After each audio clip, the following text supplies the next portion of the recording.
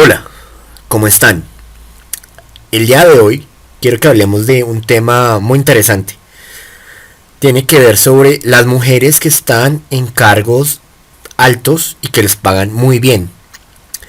Básicamente he traído un video el cual trata sobre un punto de vista so- que tiene que ver en cuanto a la mujer y la actividad laboral. Este video básicamente lo hace un profesor universitario, se llama Jordan Peterson. Él es un psicólogo, pero es un educador, es un profesor universitario canadiense. Además de ser o practicar la psicología de manera educativa, es psicólogo clínico, crítico cultural, ha escrito muchos libros. Actualmente da cátedra en varias universidades. Él da básicamente cátedra en universidades como Harvard y también en la Universidad de Toronto en Canadá. Él es un investigador para el área de posgrados. También es profesor de cátedra universitaria y tiene muchas áreas de interés. Esta es una charla, el cual es muy popular en redes y habla sobre este tema. Los dejo con el video. Their women are very good in high school, then they go to college, they're very good in college, they nail their damn grades, they do their studying, they get their A's and they ace their LSATs, so they're smart too. Then they go off to do their articling and they're really, really good at it. And then they get offered an associate position and they're really, really good at it, and then by the time they're 30 they make partner, and let's say they're in high pressure, high paying jobs. $250,000 a year, $300,000 a year, $500 an hour. Okay, what's your life like? You work all the time, period. 70 hours a week, 75 hours a week, flat out, and you don't get to make any mistakes. And if your client calls you at 3 in the morning on Sunday, you say, I'm really glad to hear from you, because if you don't, there's some hot law firm in New York that'll take your client from you at a moment's notice. And the client is paying you, whatever, the firm, $750 an hour, of which maybe you get $350, and what they want is an answer about something really complicated right bloody now. And you can say all you want about the fact that women have a difficult time with that because it's a male-dominant patriarchy. Any female lawyer who's hit 30 and is a partner that has any sense at all knows that's complete bloody rubbish. It's market determined right to the core. What happens to the women when they're in their 30s? They all leave the high-end law firms. Why? Because who in their right mind would want to live like that? That's the issue, right? Once you make about $60,000 a year for your family, but let's say for you personally, additional income has zero impact on your quality of life. Zero. So why work 80 hours a week? Well, men will do it, some men, very few. A handful of hyper-competitive men who are obsessed with hitting the pinnacle of the given dominance hierarchy they're in will happily work 80 hours a week, and they'll forego everything else. Relationships, family, children, way in the second category. And so those men are often very difficult to live with too, because they're so obsessed with their career. It's hard to have a relationship with them. And maybe they don't have much of a relationship with their kids, but they're damn good at what they do, and part of that is they're smart and disciplined, and they'll work non-stop all the time.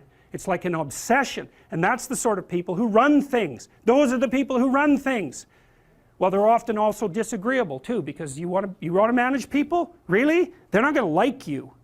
You know, and it's not an easy thing to not be liked, and actually if you're an agreeable person, and women are more agreeable than men, it's quite painful to be disliked. But if you're in a managerial and executive position, the probability that people are going to like you is quite low. Now, if you're a real son of a bitch, then they're going to dislike you more. But those positions are very stressful, partly because of the interpersonal dynamics, and they're also incredibly, incredibly competitive.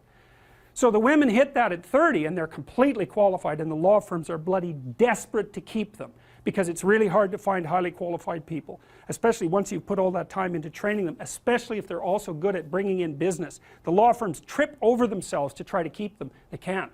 The women think, why in the world am I doing this? Why in the world would anyone in their right mind do this? Especially because they're often married by that point too, and generally they've married a husband who makes as much money or more than them. So they don't need the damn money.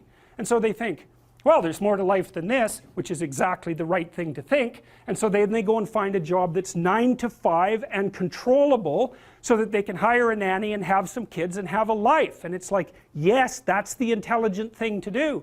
So we've got things backwards in our culture. We're thinking, at least in part, why aren't there more women in positions of power? Wrong question.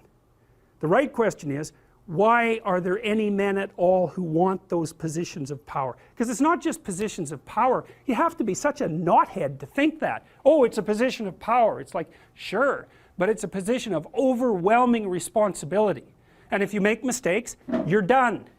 Right? It's not like you occupy that position of power and everyone does what they're told all the time and your life is easy. It's like, forget about that. People are on your case to do exactly the right thing all the time, 100% of the time. And maybe you want that and maybe you don't. So what I don't know what people think is these people are all sitting in their offices with their feet up on the desk smoking cigars and oppressing the world. It's like, that isn't how it works. Those people, they work flat out all the time. So, and it's fine if that's what you want, and some people are like that. They're hyper-industrious people, right, from a trait perspective, no matter where you put them. If you put them in a forest with an axe, they just wander around chopping down trees non-stop, right, because it's built into them. But if you want to have a balanced life, and you should want that, you know, because the other thing you'll find, and this is God's gospel truth, is that the older you get, if you have any sense at all, the more important your family is to you. Like the utility of your career, maybe that peaks around 35 or 40 and it starts to decline pretty rapidly after that. And what happens, if you're fortunate, you have someone in your life that you love, that you've woven yourself together with, and you have some kids so that you have something to do from the time you're 50 till the time you're 80. And so it's a real mistake. It's a barren future without children, man, I can tell you that. It's a real mistake. And so we do a terrible job of say, putting that image forward and saying, well, yeah, now, you know, because women have access to the birth control pill now and can compete in the same domains as men, roughly speaking, there is a real practical problem here. It's partly an economic problem now, because when I was roughly your age, it was still possible for a one-income family to exist. Well, you know that wages have been flat, except in the upper 1% since 1973. Why? Well, it's easy. What happens when you double the labor force? What happens? You have the value of labor. So now we're in a situation where it takes 2 people to make as much as 1 did before. So we went from a situation where women's career opportunities were relatively limited to where they were relatively unlimited and there were 2 incomes, to where, and so women could work, to a situation where women have to work and they only make half as much as they would have otherwise. And now we're going to go into a situation, this is the next step, whereas women will work because men won't. And that's what's coming now. So there was an economist article showing that 50% now of boys in school are having trouble with their basic subjects. And you look around you in universities, you can see this happening. I've watched it over decades. I would say 90% of the people in my personality class are now women. There won't be a damn man left in university in 10 years, except in the STEM fields. And it's a complete bloody catastrophe. And it's a catastrophe for women, because I don't know where the hell you're going to find someone to have a, you know, to marry and have a family with if this keeps happening. So, and you think when you're 19, because you're so clueless when you're 19, you don't know a bloody thing, you think, well, I'm not really sure I want children anyways. It's like, oh yeah, you tell how well you've been educated. Jesus, dismal. Dismal. Without fail, I got to tell you, without fail, I've watched women go through their professional careers, many, many of them. It's a very rare woman who at the age of 30 doesn't consider having a child her primary desire. And the ones that don't consider that, generally, in my observation, there's something that isn't quite right in the way that they're constituted or looking at the world. Sometimes you get women who are truly non-maternal, you know, by temperament. They have a masculine temperament, disagreeable, they're not particularly compassionate, they're not maternal, they're not that interested in kids. Fair enough, man, but there aren't that many of them, and there's plenty who will not admit to themselves that that's what they most desperately want. Do you think women would be better off if they had kids earlier, focused on a career, say in their 30s? Who knows? Like it really is a problem. Like a more rational decision to me. Yeah, it's a really tough one. I don't think anybody knows the answer to that because I mean, if you're 35 and your kids are, say, 10, 11, yeah. then you can go get a bachelor's degree, get your master's. Well, It seems more easy that way yeah. than having the career first and then trying to raise young kids.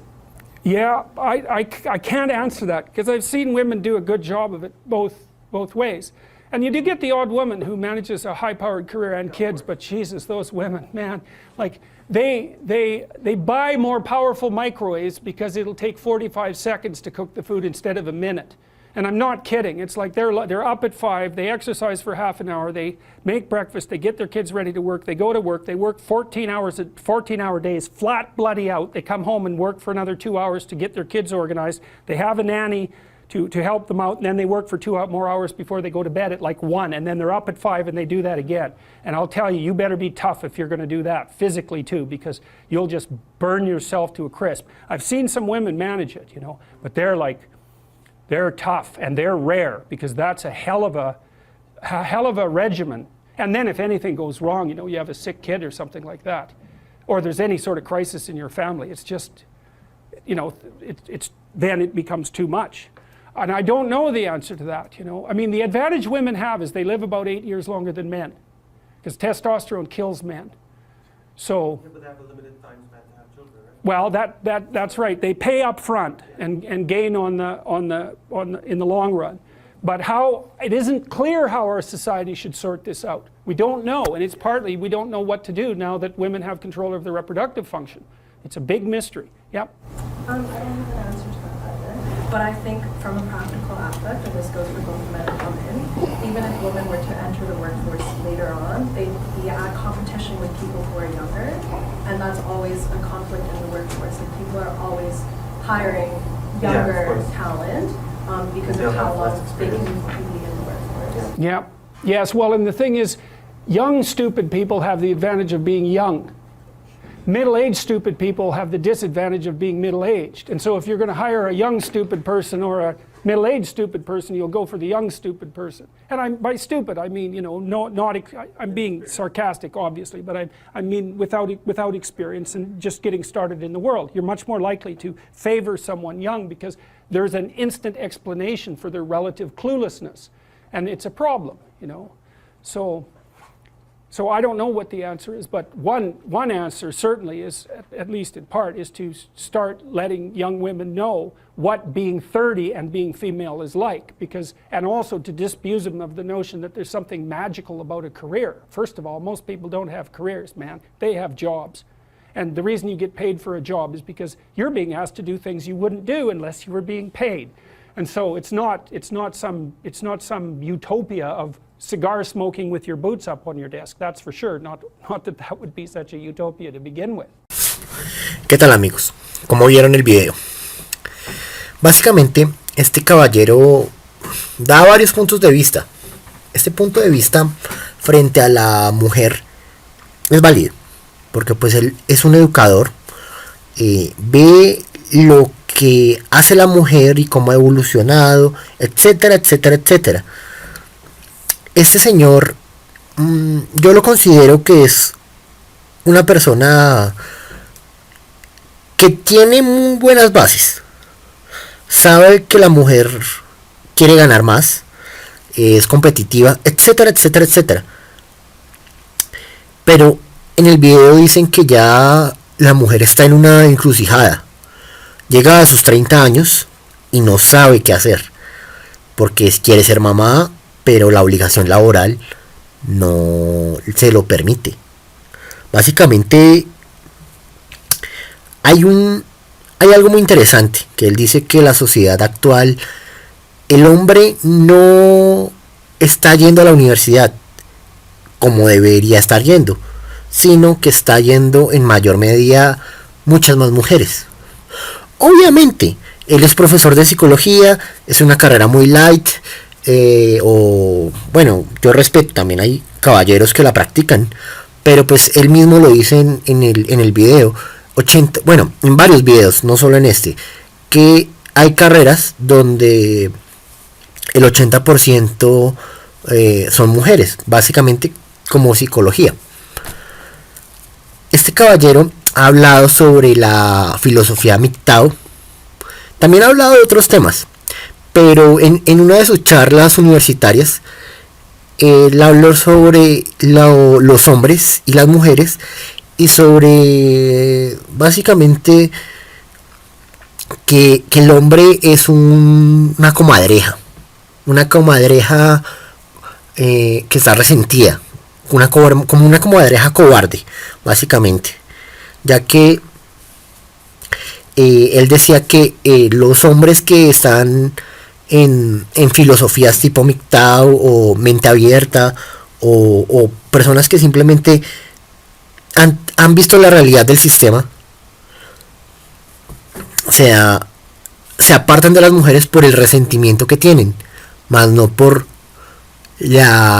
los hechos legales, culturales, los hechos que ponen en una balanza y le dan más favoritismo a la mujer que al hombre.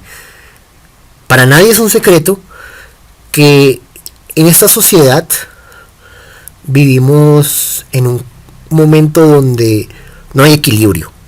Debería todo ser igual, todos tener las mismas oportunidades. Pero ese caballero, en esas charlas universitarias, en esa pequeña charla, dijo que el hombre realmente está resentido, que no tendría que generalizar porque todas las mujeres no son iguales, porque obviamente todos somos diferentes, pensamos diferente, pero no ve la parte del sistema. El sistema está diseñado para oprimir al hombre. Pero él en una entrevista se retractó.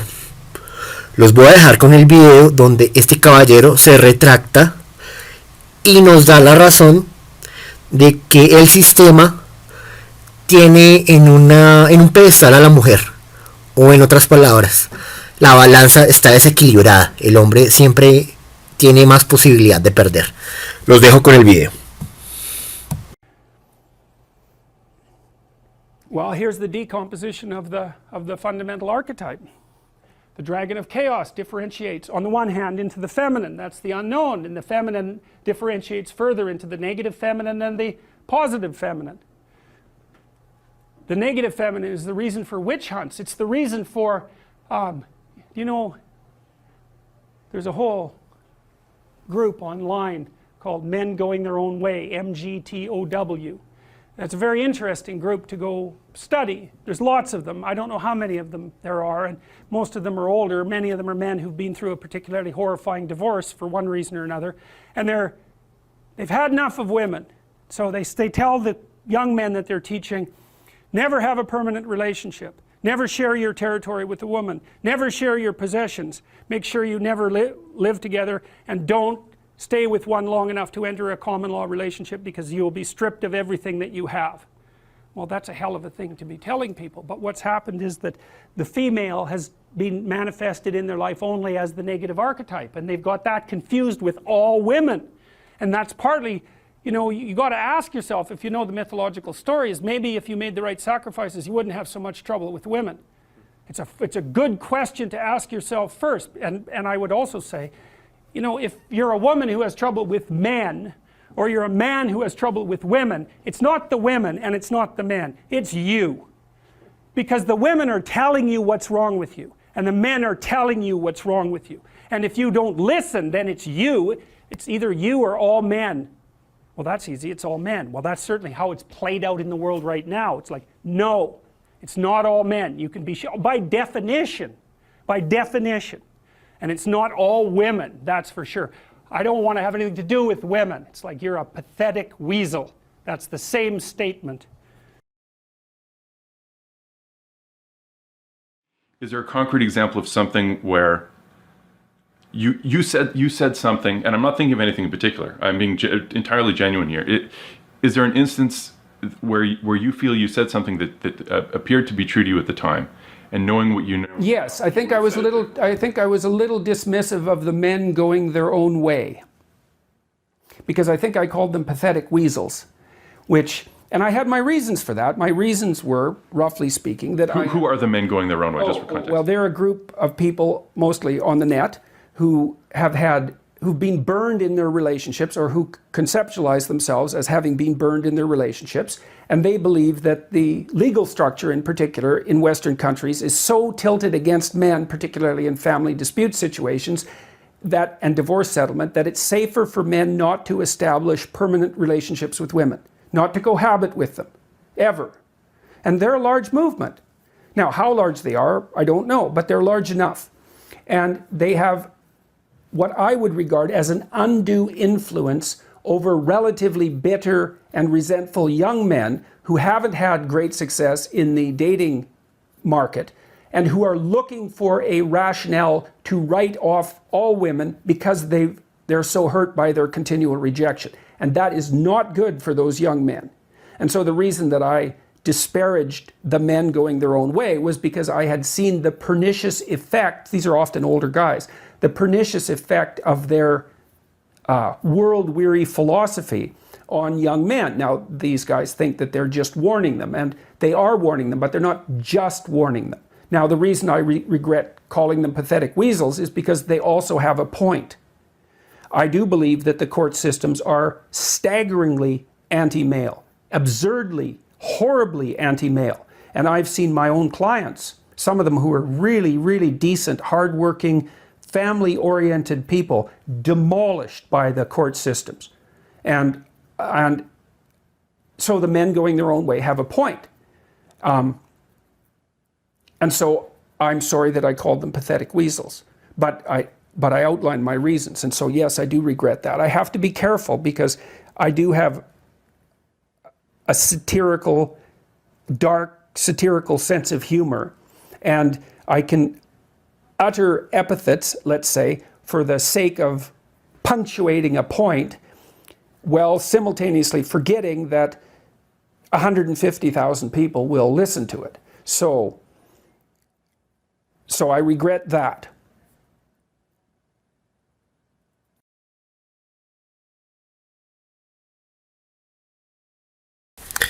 ¿Qué tal, amigos? Como vieron estos videos y este tema, el cual es muy interesante ver cómo desde la psicología nos dan la razón de que hay un desequilibrio en la sociedad. Este caballero básicamente pide disculpas por exagerar en cuanto llamar a la gente de la filosofía MGTOW comadrejas patéticas o comadrejas cobardes. Jordan Peterson, se los digo de una vez, es una persona inteligente. Pero ustedes, ¿por qué creen que él es cauteloso en sus entrevistas televisivas y se contradice? Básicamente porque la carrera de psicología, el 80% de sus integrantes son mujeres. Y él es una persona que toda su vida ha trabajado con eso y es una carrera light entre comillas, porque tiene sus ramas y sus complicaciones.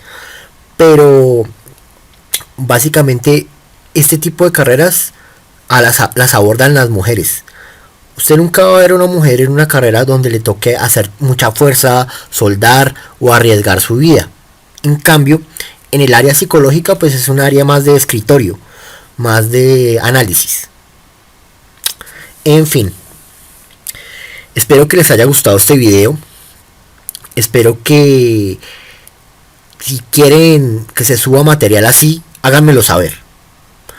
Si te gusta mi canal, por favor suscríbete, regálame un like, te lo agradecería muchísimo. Si tienes alguna historia o alguna anécdota o alguna opinión sobre el video, hazlo saber en la caja de comentarios. Te regalo un abrazo, hasta luego.